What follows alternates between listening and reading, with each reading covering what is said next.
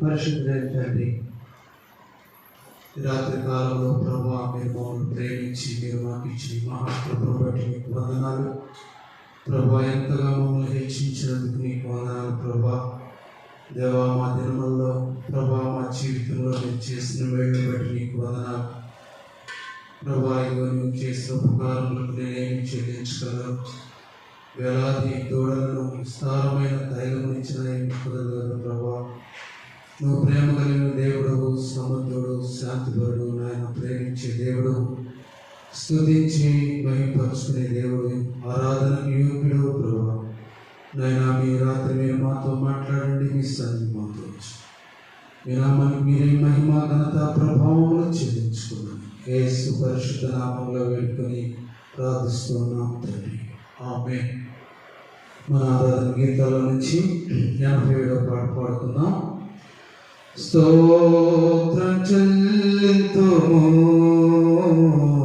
స్తుతి స్తోత్రం చెల్లింతుము, యేసునాథుని మేలులు తలచి, యేసునాథుని మేలులు తలచి, స్తోత్రం చెల్లింతుము, స్తుతి స్తోత్రం చెల్లింతుము. దీవారాత్రములు కంటి పాపవలే కాచి, దీవారాత్రములు కంటి పాపవలే కాచి, దయగల హస్తముతో ప్రోచి నడిపించితివి, దయగల హస్తముతో ప్రోచి నడిపించితివి.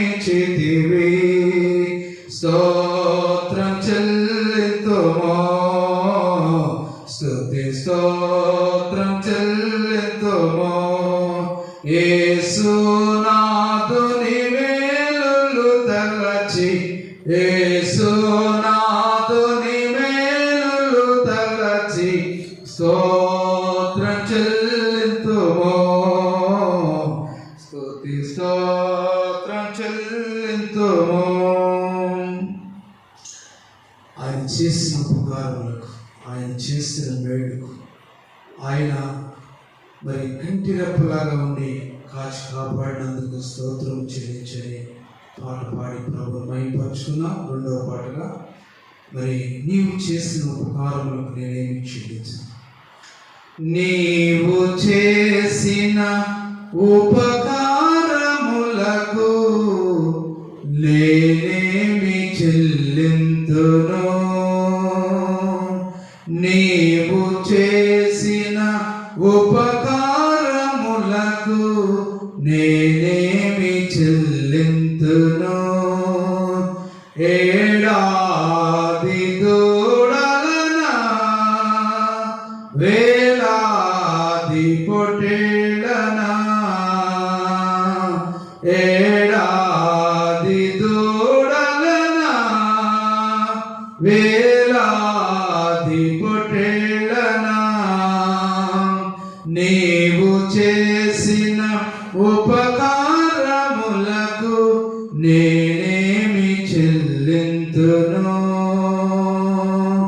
వేలాది నదులంత విస్తార తైలము నీకిచ్చిన చాలునా, వేలాది నదులంత విస్తార తైలము నీకిచ్చిన చాలునా,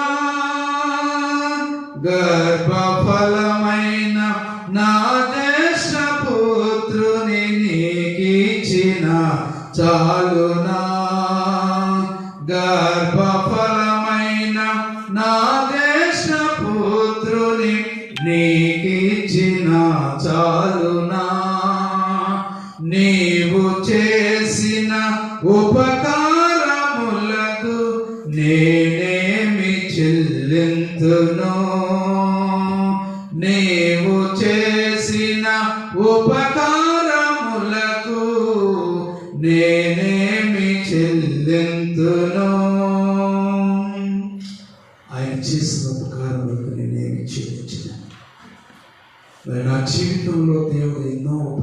చేశారు. దేవుని మహాకృపను బట్టి నా యవ్వన కాలంలో దేవుడు నాతో ఎన్నో ఉపకారాలు చేశారు. చిన్న వయసులోనే 16 సంవత్సరాల వయసులోనే రక్షించబడి మారు మనసు పొంది దేవుని స్వరం విని ఏకాంత ప్రార్థనలో బాపట్ల ఫెలోషిప్లో మరి చిన్న బాల్యకాలం నుండి కూడా అక్కడికి వెళ్ళి మరి బాపట్ల దేవసాయి గారు, డివి కృపాకర్రావు గారు, మరి డానియల్ పాల్ గారు, మత్తయ్య గారు, సుబ్బారెడ్డి గారు, వీళ్ళంతా మా ఆత్మీయ మరి తండ్రులు. మమ్మల్ని నన్ను భక్తిలో నడిపించినటువంటి నా ప్రియులు. తర్వాత మా పెద్దనాన్న గారు, మరి సమీల్ గారు, మరి మా పెద్దమ్మ గారు సంపూర్ణమ్మ గారు, వారు కూడా నా కొరకు ఎంతో కన్నీరు గార్చి మా కుటుంబం కొరకు ప్రార్థన చేశారు. మరి ఫెలోషిప్లో మరి ఎంతో సాక్ష్యం కలిగి భయభక్తులు కలిగి ప్రభు కొరకు నా యవ్వన కాలాన్ని జాగ్రత్తగా కాపాడుకొని ఎక్కడ కూడా తప్పిపోకుండా పడిపోకుండా దేవుడు నన్ను కాపాడాడు. ఇది కేవలం దేవుడి కృప, దేవుడికి నా మీద ఉన్నటువంటి అనుగ్రహం. ఆ తర్వాత నాకు వివాహం అయింది.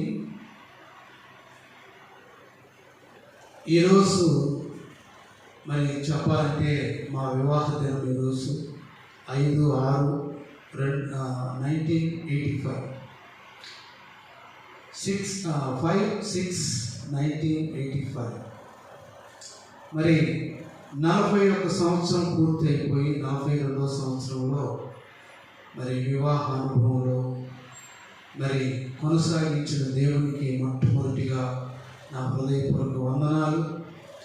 ప్రభు మా 41 సంవత్సరాలు మా జీవితంలో మరి ఎన్నో వేడి చేశారు.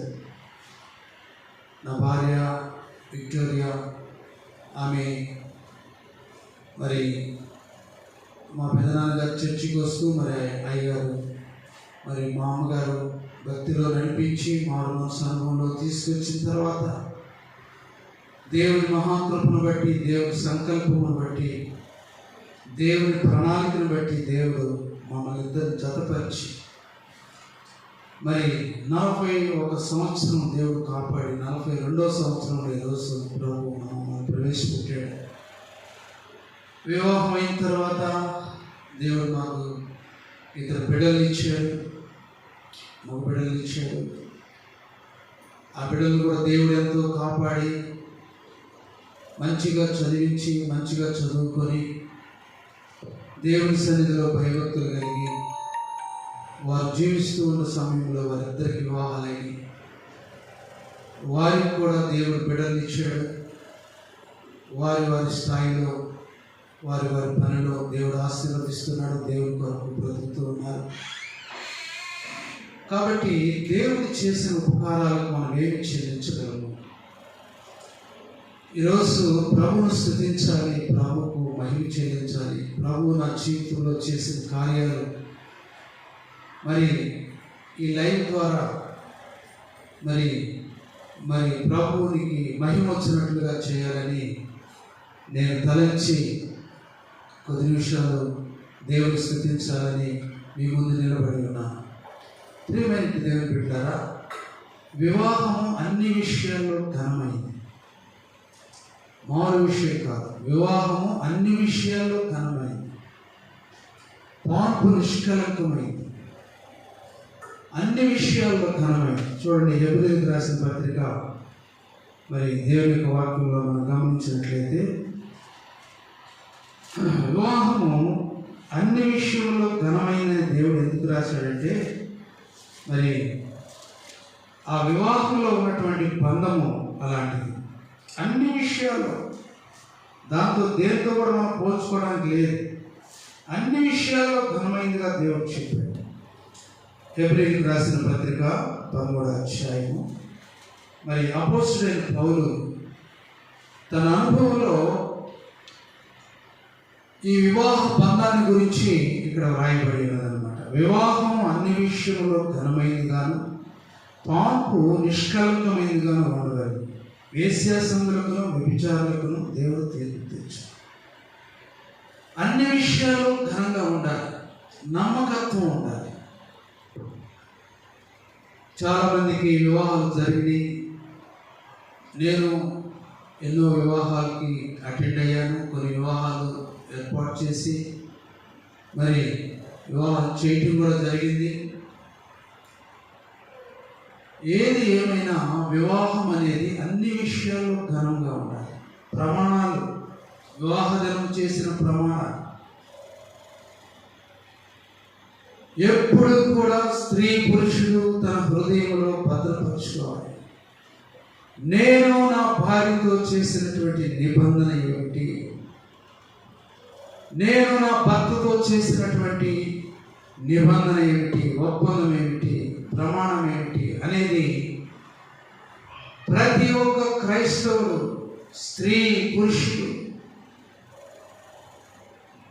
దేవుని సేవలో ఉన్నటువంటి దేవుని బిడ్డలు, సేవలో ఉన్నటువంటి దైవజనులు, సేవకులు గుర్తుపెట్టుకోవాలి. వివాహము అన్ని విషయంలో ఘనమైంది అన్నాడు ప్రభు. దేవుని మహాకృపను బట్టి ఫెలోషిప్లో ఎంతో మంది దైవజనులు, అభిషేకం ఉన్నటువంటి దైవజనులు మా ఇద్దరికి వివాహం చేశారు.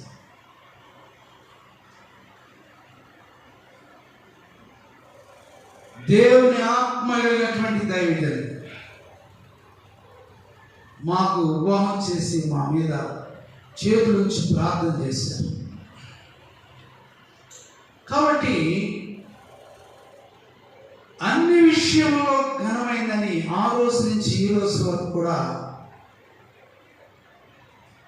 దేవుని ఎదుట నెమ్మది కలిగి జీవిస్తూ ఉన్నా. నా భార్య రక్షించబడిన తర్వాతే వివాహం చేసుకున్నాం. ఎంతో భయభక్తులు కలిగినటువంటి స్త్రీ, ఫెలోషిప్లో ఎంతో అనుభవం నేర్చుకుంది. స్త్రీల సమాజంలోకి వెళ్ళి ప్రార్థన చేయటం, బిడ్డల కొరకు, కుటుంబాల కొరకు తాను ఎంతో ప్రార్థన జీవితం గడిపింది. ఎన్నో దినాలు ఉపవాసం ఉండి ప్రార్థన చేసింది. అన్ని విషయాల్లో ఘనమైంది అంటున్నాడు దేవుడు. పెళ్లి చేసుకున్నామలే, భార్య భర్త అలా ఉండకూడదు. నీవు దేవుని ఎరిగినటువంటి వ్యక్తి అయితే, ప్రభువుని ఎరిగినటువంటి వ్యక్తి అయితే, క్రైస్తవురాలుగా దేవుని సన్నిధిలో జీవిస్తున్న వ్యక్తి అయితే ఈ విషయంలో చాలా జాగ్రత్తగా ఉండాలి. మనం పరీక్ష చేసుకోవాలి. 41 సంవత్సరం దేవుడు ఏ లోటు లేకుండా, ఏ తగాదాలు, పోట్లాట్లు, మనస్మర్థం లేకుండా దేవుడు మమ్మల్ని ఇద్దరిని దేవుడు కాపాడాడు. 88వ సంవత్సరంలో మరి నేను ప్రార్థన చేస్తూ ఉన్నా. ప్రభువా, మరి నీ సేవకు నన్ను పిలుస్తావా, లేకపోతే ఏదైనా ఉద్యోగం చేయమంటావా అడిగితే దేవుడు కొన్ని రోజుల తర్వాత మన ఫెలోషిప్లో దైవజనులు పెద్దవారు సాల్మయ్య గారు నా దర్శనంలోకి వచ్చి పోలీస్ యూనిఫాము, టోపీ, బెల్టు నా చేతుల్లో పెట్టి తన కుడి హస్తం వేసి ప్రార్థన చేశారు. ఈ విషయము మా దైవజనులు పెద్దవారు మన ఈ మధ్య ఒక 4 రోజుల క్రితం చనిపోయి ప్రభు దగ్గరికి వెళ్ళారు. వారు దైవజనులు కీర్తిశేషులు డాక్టర్ రెవరెండ్ డివి కృపాకరరావు గారు, మా ఆత్మీయ తండ్రి గారు మమ్మల్ని యవన కాలంలో భక్తిలో నడిపించినటువంటి దైవజనుడు. వారికి దర్శనం చెబితే, అబ్బాయి దేవుడు నీకు ఇచ్చిన దర్శనం అయ్యాలి, నువ్వు పోలీస్ డిపార్ట్మెంట్లో ఉద్యోగం చేయాలయ్యా, ప్రభుని అక్కడ నువ్వు మహింపరచాలయ్యా చెప్పాడు. దైవ సేవకులు నా కోసం ప్రార్థన చేశారు. ప్రార్థన చేసి నన్ను పంపించినప్పుడు 1988లో 97 బెటాలియన్ సిఆర్పిఎఫ్ గుజరాత్లో ట్రైనింగ్ అయ్యాను. మరి ఒక సంవత్సరం అక్కడ ట్రైనింగ్ అయిన తర్వాత పంజాబ్ దేశానికి పంపించారు. అప్పుడు 1991లో చాలా ఉగ్రవాదం ఉన్నది పంజాబ్ దేశంలో. అలాంటి స్థితిలో వెళ్ళినప్పుడు దేవుడు నన్ను కాపాడి 7 సంవత్సరంలో పంజాబ్ దేశంలో నాతో అక్కడ నుండి law and order, insurgency, security, ఇవన్నీ విషయాల్లో దేవుడు నన్ను కాచి కాపాడాడు. అంబుష్ డ్యూటీల్లో, నాకా డ్యూటీల్లో, ఇంకా ఫోర్స్ సంబంధించినటువంటి డ్యూటీస్లో దేవుడు నాతో ఉండి సహాయం చేశాడు. ప్రియమైనటువంటి దేవుని బిడ్డలారా, ఈరోజు 41 సంవత్సరం ముగించుకొని 42వ సంవత్సరంలో వివాహ జీవితంలో, వైవాహిక జీవితంలో దేవుడు మమ్మల్ని కాచి కాపాడి మరొక సంవత్సరం మాకు ఇచ్చాడు. ఎందుకంటే అన్ని విషయంలో ఘనమైనదిగా దేవుడు మాకు ఇచ్చాడు.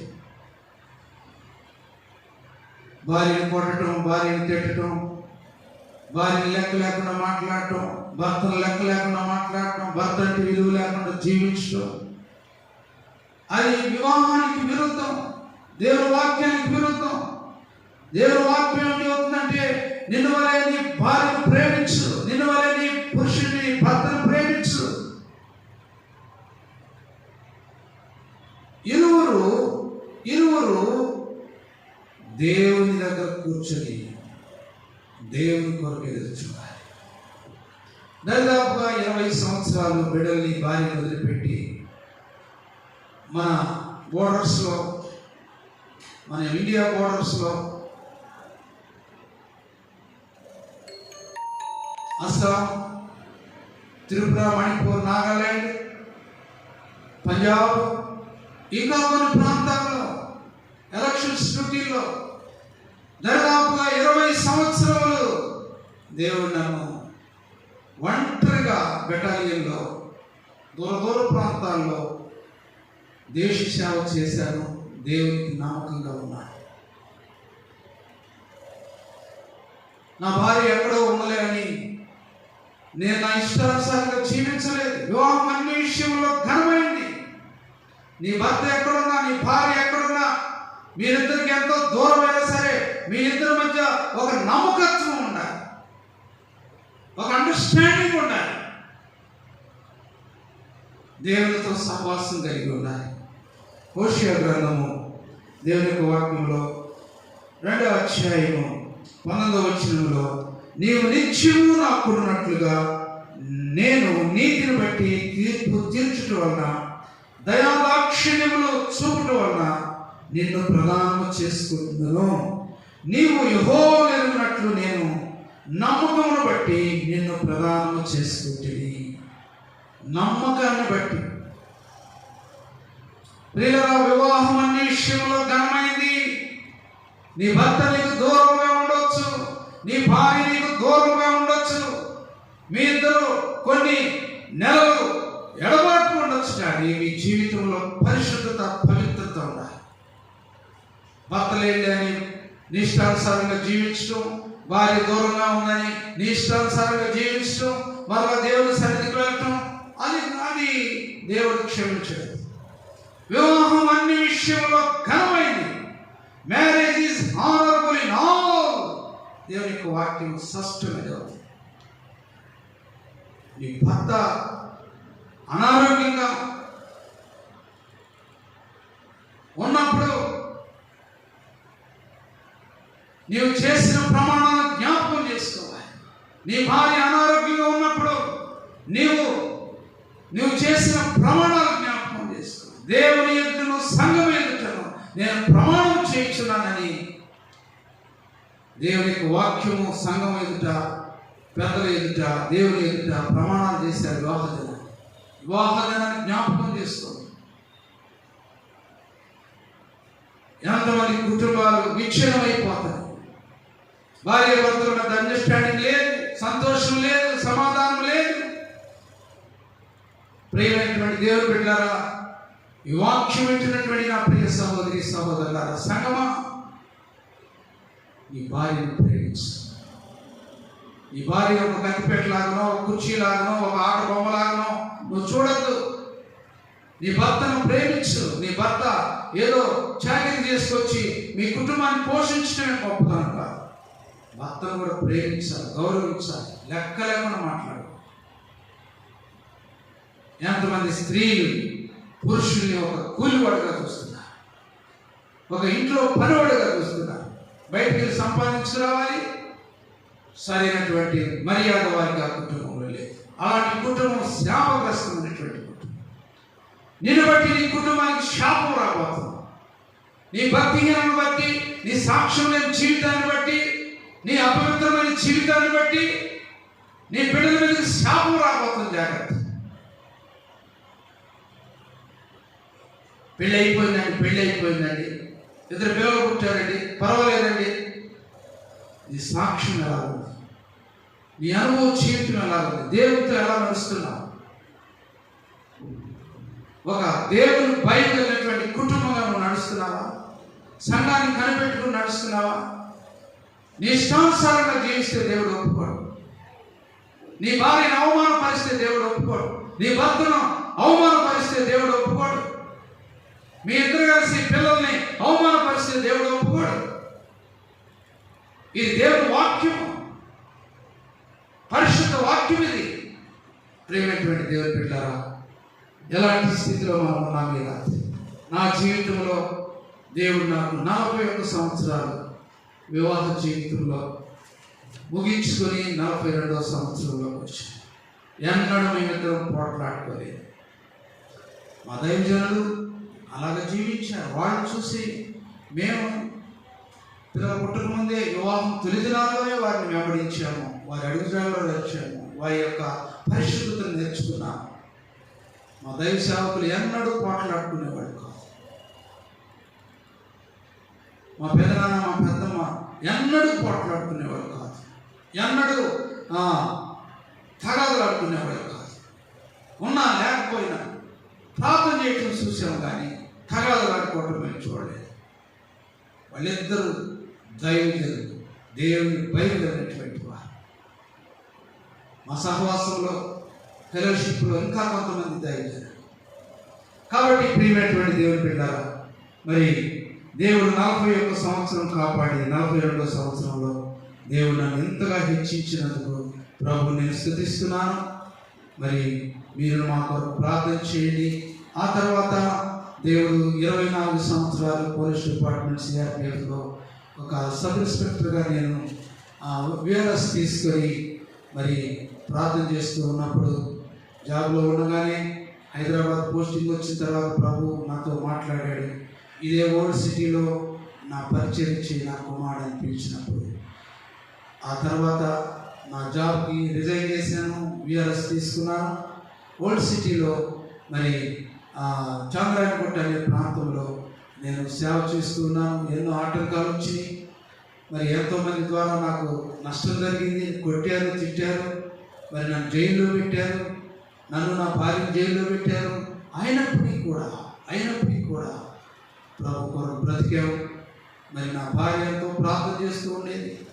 నేను సిఆర్పిఎఫ్లో 20 సంవత్సరాలు బిడ్డల్ని భార్యను వదిలిపెట్టి వెళ్ళినప్పటికీ నమ్మకముగా, నా కొరకు నమ్మకంగా ఉండి, నేను తన కొరకు నమ్మకంగా ఉండి, దేవుడు మాకు ఈ నమ్మకత్వాన్ని బట్టి తన సేవకు పిలుచుకొని బహుభయంకరమైనటువంటి ప్రదేశం ఓల్డ్ సిటీ బార్కస్ అని చంద్రాయణగుట్ట అనే ప్రాంతంలో దేవుడు మాకు ఒక తరుణం ఇచ్చి తన సేవ జరిపించడానికి దేవుడు మమ్మల్ని స్థలానికి పంపాడు.